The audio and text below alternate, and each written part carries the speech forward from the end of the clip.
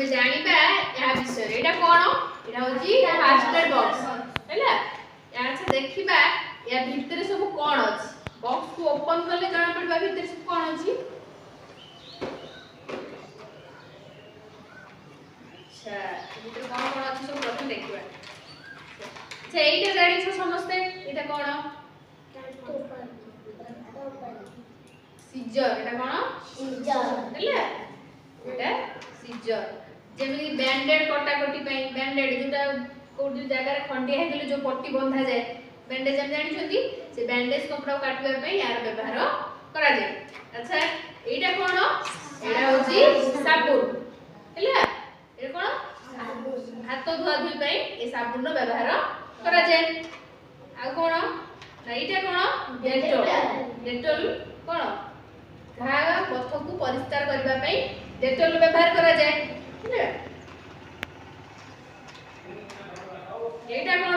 एटा तो समझ जाइथिबो। एटा होची इंजेक्शन। जे कोनोसी रोग पई डॉक्टर को प्रेस्क्राइब अनुसार ए इंजेक्शन रो व्यवहार करा जाय। आ कोन जानिले ए फर्स्ट एड बॉक्स रे आ कोन अछि? सबठु गुरुत्वपूर्ण जिंस कोन? एटा एटा ना कोन?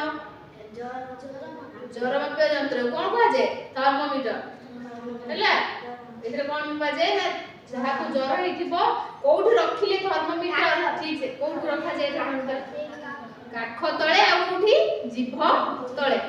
काख तळे रखि मापा जाय नले जीभ तळे रखि की मापा जाय केते ज्वर हेतिबो ता साधारण तापमात्रा शरीर रो केते अछि जानिबा पई ए थर्मोमीटर रो व्यवहार करा जाय।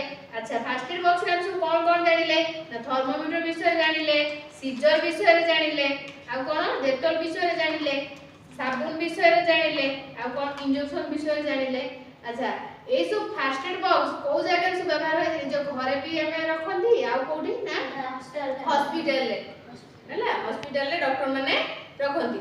अच्छा डॉक्टर खाना रे रोगी मानक पई ए बॉक्स रो आवश्यकता नित्यांत अछि। जे कोनोसी रोगी होंतु ताको पई ए सब जिंस रो आवश्यकता रहिछि हैला। अच्छा फर्स्ट एड बॉक्स विषय जानि केमति लागिला?